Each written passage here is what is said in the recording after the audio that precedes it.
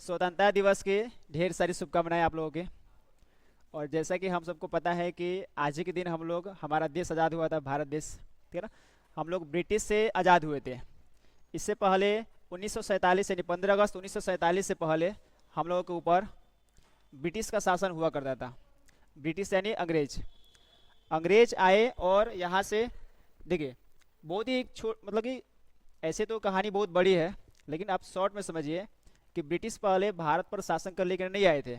जो ब्रिटिश जो है वो भारत में सबसे पहले आए थे बिजनेस करने के लिए उस समय। हाँ, 1600 यानी 1600 शताब्दी के पूर्व, उससे पहले हमारा देश जो था उसमें मसाला में सबसे ज़्यादा फेमस था। यूरोपियन कंट्री थे, यानी जो भी इधर वेस्टर्न कंट्री थे, यानी पश्चिमी जो देश है, इंग्लैंड है, यूरोप का साइड का है, पोलैंड है, जितने भी उधर कंट्री है, वो लोग, चूँकि ब्रिटिश जो है ना, वो लोग ज़्यादातर जो है ना स्पाइसी फूड ज़्यादा पसंद करते हैं, ठीक है ना।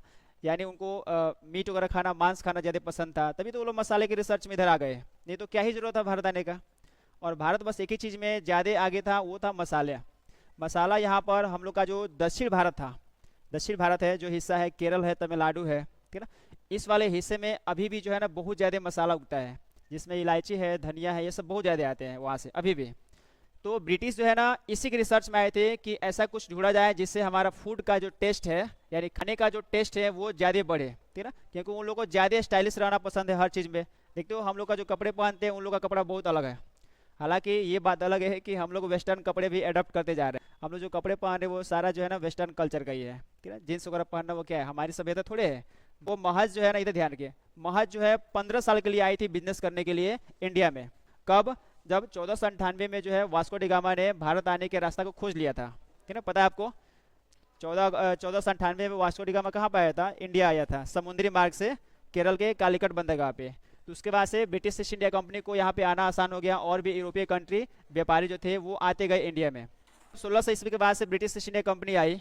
उसके बाद से जो है ना यहाँ से मसालों का बिजनेस करते। थोड़ा सा हम लोग हिस्ट्री जान रहे हैं, हम पूरा डिटेल नहीं बता रहे, उतना वक्त भी नहीं है, बस शॉर्टकट बता रहे हैं कि कैसे हम लोग ना मतलब कि पहले ब्रिटिश हमारे ऊपर कैसे हावी हो गए, कैसे हम लोग यानी गुलाम हो गए, और कैसे हम लोगों ने आज़ादी पाया। 1600 ईस्वी के बाद से क्या हुआ, ब्रिटिश आए ना, व्यापारी के रूप में आए, ठीक है ना, बिजनेसमैन बन करके आए थे। और यहाँ पर आए और वहाँ पे इन्होंने मसालों का बिजनेस करना शुरू किया। मसाले खरीदे और अपने कंट्री ले आकर के बेचे। तो पता है कितना फ़ायदा हुआ था? यहाँ से जिस रेट पे खरीदे थे उसका 60 यानी 60 गुना फ़ायदा हुआ था, समझ लीजिए। एक दो गुना, पाँच गुना नहीं हो रहा है, 60 गुना। यानी अगर यहाँ से मान लो 1 रुपये कोई सामान खरीद रहे हैं, तो वहाँ पे अपने कंट्री 60 रुपये में बेचते थे। उसे बोलते हैं 60 गुना प्रॉफिट होना, 60 गुना फ़ायदा होना। डबल तो समझते हो किस चीज़ का, दुगुना रेट पे। तो ऐसे आप 60 गुना कर लो, जितने रेट पे यहाँ से खरीदते थे उसका 60 गुना रेट पे जा करके अपने कंट्री बेचते थे। तो अब जरा सोचो, किसी ऐसा कोई ऐसा बिजनेस हो जिसका बहुत डिमांड है, 60 गुना प्रॉफिट, मतलब क्या हो रहा है कि बहुत डिमांड हो रहा है उसका, तभी तो 60 गुना फायदा हो रहा है। तो यहाँ से कोई चीज़ जो है ना एक्सपोर्ट किया जा रहा है, कहाँ पे? ब्रिटेन में, यानी इंग्लैंड किया जा रहा है, और 60 गुना रेट पे बेचा जा रहा है। तो समझो जो बिजनेसमैन जो होंगे, व्यापारी, वो कितने खुश होंगे। उनका मनोबल और ज़्यादा हाई होगा कि और ज़्यादा यहाँ पे क्या करेंगे, यहाँ से सामान भेजेंगे खरीद करके, वहाँ पे प्रॉफिट हो रहा है, फायदा हो रहा है वहाँ पे। तो धीरे धीरे क्या हुआ ना, कि यही कहा जाता है ना कि कोई चीज़ अति से ज़्यादा होता है ना तो वो भी खराब हो जाता है। जरूरत से ज़्यादा सुंदर भी होइएगा तब भी खराब हो जाएगा, ठीक है ना, आपके लिए। तो भारत उस समय सोने की चिड़िया के रूप में जाना जाता था, ठीक है ना। सोने की चिड़िया मतलब ये मत समझिए कि हमारे भारत जो था वो एक चिड़िया था, या सोने का ऐसा कुछ बना था, ऐसा कुछ नहीं था। सोने की चिड़िया कहने का मतलब होता है हमारा देश जो है ना कम्प्लीटली जो है ना मतलब कि धनी देश था। यहाँ पे जो खनिज वगैरह होते थे, यहाँ पे जो फसल वगैरह मसाले होते थे, केसर का उत्पादन होता था, वो बहुत ज़्यादा होता था हमारे देश में, ठीक है ना। इसीलिए कहा जाता था कि भारत देश क्या है, सोने की चिड़िया है। तो धीरे धीरे क्या हुआ कि उनका बिजनेस धीरे धीरे उनका बढ़ते गया, मन बढ़ते गया। और भी ब्रिटेन से जो है ना वो जितने भी व्यापारी थे वो बिजनेसमैन बन करके इंडिया आते गए। अब देखो ध्यान से, 1600 ईस्वी के बाद से जैसे 1620, 1625, 1630 हुआ, ठीक है ना। तो यही 20-30 सालों में उन्होंने क्या सोचा ना कि अब यहाँ से बार बार मसाला खरीद करके ले जाके वहाँ पे बेचना पड़ रहा है इंडिया, सॉरी, इंग्लैंड में। तो क्यों ना हम क्या करें कि यहाँ पे कुछ ऐसा करें कि हम लोग यहीं पर रह जाते हैं और किसी बीच को भेजते हैं। उन्होंने क्या किया ना कि 20 साल में, 30 साल में एक ना अच्छी सी कंपनी जो है ना यहीं पे बैठा लिया इंडिया में। और आप करते क्या थे, यहाँ से मसाला खरीदते थे, केसर वगैरह खरीदते थे, और इंडिया वहाँ पे इंग्लैंड भेजते थे। जाते नहीं थे, बार बार आना जाना वाला काम बंद हो गया था, ठीक है ना। तो अब उस समय देखो, उस समय हमारा जो इंडिया था ना वो अलग अलग हिस्सों में बटा था। यानी यहाँ पे कंप्लीटली जो है ना राजा शासन करते थे, ठीक है ना, जिसको बोलते थे देसी रियासत, ठीक है ना। यानी राजाओं का अलग अलग शासन हुआ करता था। हमारे पास यूनिटी नहीं थी ना, हमारे पास एजुकेशन था। देखो, अगर हमसे कोई पूछे कि भारत देश गुलाम कैसे हो गया अंग्रेजों का, तो हम बस एक ही दो रीज़न बताएंगे। उसमें सबसे मेन रीज़न यही है कि हमारे पास शिक्षा नहीं थी, और दूसरा सबसे बड़ी कारण थी कि हमारे पास यूनिटी नहीं थी, यानी एकता नहीं था, हम लोग एकजुट होकर के नहीं रहते थे। यही हमारे हिसाब से यही दो सबसे मेन रीज़न है भारत का गुलाम होने का। नहीं तो देखो, उस समय तो और भी देश बहुत ज़्यादा शक्तिशाली थे, और भी बहुत ज़्यादा धनी थे देश, तो वहाँ पर क्यों नहीं गए? हम लोग से ज़्यादा धनी था इधर ऑस्ट्रेलिया था, इधर जापान था उस समय के ज़माने में, फिर भी इंडिया ही क्यों गुलाम हो गया? और इंडिया गुलाम कैसे हो गया? तो बस इसकी दो ही रीज़न है, एक एजुकेशन की कमी होना, और दूसरा वही यूनिटी की कमी होना, यानी एकता नहीं थी हम लोगों में। यही दो रीज़न है, और कुछ नहीं था। बाकी तो कोई बिजनेस करने आ रहा है, बिजनेस करके चला जाएगा, आपके पास एकता रहेगा तो वो चला जाएगा, वो आपके ऊपर हावी नहीं होगा। उसके बाद से तब वही ब्रिटिश और आते गए व्यापारिक रूप में, ठीक है ना। यहाँ पे देखा कि यहाँ पे एक राजा दूसरे राजा से पट ही नहीं रहा है, ठीक है ना। एक राजा दूसरे राजा का साम्राज्य हड़पने में लगा हुआ है, लड़ाई कर रहा है, एकता नहीं है। और देखा गया है कि हमारे पास शिक्षा ही नहीं है, ना हमारे पास अच्छे से यूनिवर्सिटी है, ना कॉलेज है, कुछ नहीं है हमारे पास। और वो लोग उस समय बहुत पढ़े लिखे थे, ठीक है ना, वो लोग बहुत ज़्यादा पढ़े लिखे थे। तो उन्होंने देखा ना कि क्यों ना धीरे धीरे हम यहाँ पे अपना जड़ बनाना शुरू करें इंडिया में। जड़ मतलब होता है कि अपने एम्पायर को फैलाए, अपने साम्राज्य को धीरे धीरे फैलाया जाए, ठीक है ना। ताकि यहाँ पर जितनी भी खनिज संपदा दिख रही है, ठीक है ना, जितनी भी ये मसाले का उत्पादन, केसर का, जो केसर का नाम सुने होगा ना, केसर जो है ना बहुत ज़्यादा मतलब कि महंगा बिकता है, ठीक है ना। तो इन सबको जो है ना सोचे कि यहाँ पे हम रह के और यहाँ का सारा चीज़ जो है ना हड़प करके अपने कंट्री भेज दे और हम लोग मुनाफा कमाए। तो बस वही धीरे धीरे सिलसिला चलते रहा चलते रहा। व्यापारिक रूप में आए, वही होता है कि आए थे थोड़ा जगह लेने के लिए, अब पूरा ज़मीन हथिया लिए। तो धीरे धीरे वही करते गए, अपना यहाँ पे बैठाते गए, अपना ऑफिस खोले, ऑफिस के बाद से धीरे धीरे ब्रांच खोलना शुरू कर दिए पूरे इंडिया में, ठीक है ना। और देखा गया कि कैसे हम यहाँ पे थोड़ा सा और स्ट्रॉन्ग, यहाँ पे हम कंट्रोल कैसे कर सकते हैं सबको। तो वही राजा से मिला गया, एक राजा को लालच दिया गया, दूसरे राजा के खिलाफ लड़ाया गया, ठीक है ना।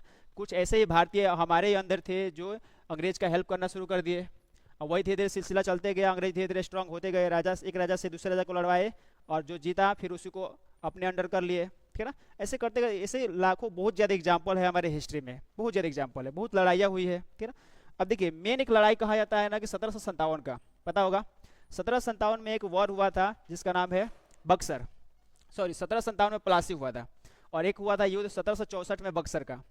तो 1757 हिस्ट्री में दो डेट बहुत इंपॉर्टेंट माना जाता है, उसी डेट से हम लोग धीरे धीरे गुलाम होना शुरू हो गए अकॉर्डिंग टू हिस्ट्री, यानी इतिहास के अनुसार। ऐसे 1600 से जो कंपनी आई थी वो तो शासन कर रही थी, लेकिन दो ही डेट आपको याद रखना है कि उसी डेट से हम लोग माना जाता है कि भारत जो है ना धीरे धीरे अंग्रेजों के अंदर चलते गया, यानी हम लोग धीरे धीरे गुलाम होते गए, अंग्रेज हमारे ऊपर हावी होना शुरू हो गए। वो डेट कौन सा है? तो दो लड़ाई हुआ था, एक 1757 में हुआ था प्लासी का युद्ध इसको बोलते हैं, और एक होता है 1764 में बक्सर। तीन दोनों डेट में सबसे इंपॉर्टेंट होता है 1764, ठीक है ना, 1764। जो आप सुने हो कि अंग्रेज हमारे ऊपर 200 वर्ष तक शासन किए थे, सुने हो कि नहीं सुने? वैसा सुने हो ना, 200 साल तक शासन किए थे। तो वो डेट कहाँ से जोड़ा जाता है? 1757 से जोड़ा जाता है, यानी प्लासी वाला से। तभी तो 1757 और उधर 1947, लगभग लगभग देखो तो 198-99 वर्ष हो जा रहा है। तो लगभग हम लोग मान लेते हैं 200 वर्ष तक, ठीक है। लेकिन हम लोग मेन हुए थे 1764 से, यानी बक्सर वाला से। बक्सर में इतना समझ लीजिए कि बक्सर का जो युद्ध हुआ था अंग्रेजों के बीच हुआ था और भारतीयों के बीच हुआ था, भारतीय और राजाओं के बीच। और उसमें भारत ने अपनी पूरी ताकत लगा दी थी लड़ने के लिए, यानी तो वही हुआ कि कुछ ऐसे हमारे भारतीय के बीच में ऐसे कुछ लोग थे जो अंग्रेजों का हेल्प कर दिए भारत का होते हुए, तो इससे हम लोग ना युद्ध हार गए, ठीक है ना। युद्ध हारने के बाद से 1764 के बाद से अंग्रेज जो है ना कंप्लीट, यानी जो कंपनी आई थी केवल बिजनेस करने के लिए, वो कंप्लीट हमारे ऊपर ना शासन करना शुरू कर दी 1764 के बाद से, ठीक है ना। ध्यान रखिएगा 1765 में एक ना एग्रीमेंट हुआ था जिसको बोलते हैं इलाहाबाद की संधि, ठीक है ना। हिस्ट्री में सब चीज़ आता है, तो उतना हम लोग डिटेल नहीं जा रहे हैं। तो 1764 के बाद से हम लोग धीरे धीरे क्या हुआ, हमारे ऊपर अंग्रेज जो है ना वही कंपनी शासन करना शुरू कर दी, ठीक है ना। अब वो कंपनी जो है ना बिजनेस भी करती थी और हमारे ऊपर टैक्स भी लगाना शुरू कर दी। टैक्स जो है ना अब मनचाने तरीके से लगाती थी, अपने जिस पे जो मर्जी, किसान पे टैक्स लगाना, जमीन पे टैक्स लगाना, तुम्हारे पास ज़्यादा जमीन है तब भी टैक्स दोगे, ठीक है ना। तुम खेती कर रहे हो, अच्छी फसल हुई है तब भी टैक्स दोगे। तो इतनी ज़्यादा वो टैक्स लगाती थी पैसा के लिए, ठीक है ना। अगर कोई राजा है, उसका राज्य का जो सुरक्षा दिया जा रहा है, तो उसके लिए भी टैक्स लगेगा, पैसा लगेगा कि तुम्हारे हम सेफ्टी दे रहे हैं, तुम्हें सुरक्षा दिया जा रहा है, समझ रहे हो। हर चीज़ पे धीरे धीरे वो कंट्रोल करना शुरू कर दिए, और धीरे धीरे हम लोग क्या हुए, ब्रिटिश के अंदर आना शुरू हो गए, यानी ब्रिटिश हमारे ऊपर हावी होना शुरू हुए। अब वही 1764 के बाद से बस धीरे धीरे कुछ कुछ लड़ाइयाँ भी हुई है, ऐसा नहीं है कि हम लोग हाथ पर हाथ रख के बैठे थे, बट हमारे ऊपर वही था, ना एजुकेशन था और ना ही हमारे अंदर यूनिटी थी। बस दो चीज़ की कमी थी हमारे अंदर, भारतीयों के अंदर। तो 1764 के बाद से एक बहुत फेमस आप लोग युद्ध के नाम सुने होंगे, 1857 की क्रांति, सुने हो ना सब कोई, 8 क्लास से ये पढ़ने को मिल जाता होगा। तो 1857 की क्रांति हुई थी, उसमें भी क्या था, एकता नहीं था हमारे पास, हम भारतीयों के बीच एकता नहीं था। तो तब भी ब्रिटिश जीत गए थे। उसके बाद से धीरे धीरे 1857 के बाद से जब हम लोग 19वीं 20वीं सदी में हो गया बस। 19वीं 20वीं सदी में जैसे एंट्री किए किए तो हमारे ऊपर जो कंपनी हट करके वो महारानी का, 2 मिनट बस, महारानी का शासन हुआ। और ऐसे करते करते बहुत लड़ाइयाँ हुई। तो इस लड़ाई में ध्यान दीजिए, इस लड़ाई में हमारे जो मेन लीडर्स थे, बस 2 ही मिनट लास्ट समय हो गया, इस लड़ाई में जो हमारे मेन लीडर्स थे, ठीक है ना, उन्होंने बहुत काम किया था, ठीक है ना, बहुत तरह से लड़ाई लड़ी, बहुत से योजनाएं बनाई, ठीक है ना, ताकि देश को आज़ाद किया जाए। और फाइनली हम लोग को वही 15 अगस्त 1947 को हम लोग फ्री कंप्लीट आज़ाद हो गए।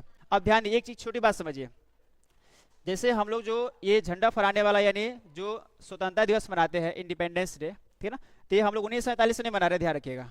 1947 तो हमारा उस दिन देश आज़ाद हुआ था। अच्छा, एक और बात जानते हो कि नहीं, कल 14 अगस्त था, उस दिन पाकिस्तान ने अपना इंडिपेंडेंस डे मनाया, ठीक है ना, कल 14 अगस्त था, क्योंकि 14 अगस्त 1947 को क्या हुआ था, भारत का विभाजन हुआ था और पाकिस्तान एक अलग देश बना था। तो कल पाकिस्तान का क्या था, स्वतंत्रता दिवस था, कल 14 अगस्त को। यानी एक दिन हमसे पहले वो लोग मनाते हैं और एक दिन हम लोग बाद मनाते हैं, ठीक है। लेकिन ध्यान रखिएगा, झंडा जो फहराने का यानी स्वतंत्रता दिवस हम लोग 1947 से नहीं मना रहे हैं, क्योंकि आप जोड़ो तो कहा जा रहा है कि 80वां जो है ना स्वतंत्रता दिवस मना रहे हैं, ठीक है ना। ये कौन सा नंबर का है, 80 नंबर का इंडिपेंडेंस डे है, मतलब कि हम लोग इससे पहले 79 बार झंडा फहरा चुके हैं, ये 80 बार फहरा रहे हैं। कब, 26 जनवरी 1930 से हम लोग झंडा फहराते यानी स्वतंत्रता दिवस मनाते आ रहे हैं, ठीक है ना। और फाइनली जब हम लोग पूरा अच्छे से कब मना रहे हैं, 1947 से, ठीक है ना। तो चलिए एक बार फिर से आप लोग को इस 80वां स्वतंत्रता दिवस की ढेर सारी शुभकामनाएं हैं, ठीक है ना। और अपने जीवन में अच्छे से काम, अच्छे से, थैंक यू, और अच्छे से आप लोग बस यही करिए कि देश को, देखिए देश को आगे लेके चलना है। देश आगे तभी चलेगा जब आप लोग आगे चलिएगा, आप लोग आगे बढ़िएगा, और आप लोग आगे तभी बढ़िएगा जब आप लोग अच्छे से पढ़ लिख करके अपने मुकाम को हासिल करिएगा। देखो एक बात बस ध्यान रखिएगा कि जीवन में कुछ भी इम्पॉसिबल नहीं है, जीवन में कुछ भी इम्पॉसिबल नहीं है, बस आप उसको पाने की आपकी जो इच्छा होनी चाहिए वो स्ट्रांग होनी चाहिए। तो कुछ भी जो है ना इम्पॉसिबल नहीं है, कुछ भी अचीव कर सकते हो। चलिए टाइम बहुत कम है, तो अब इसके बाद से आप मिठाई, हाँ?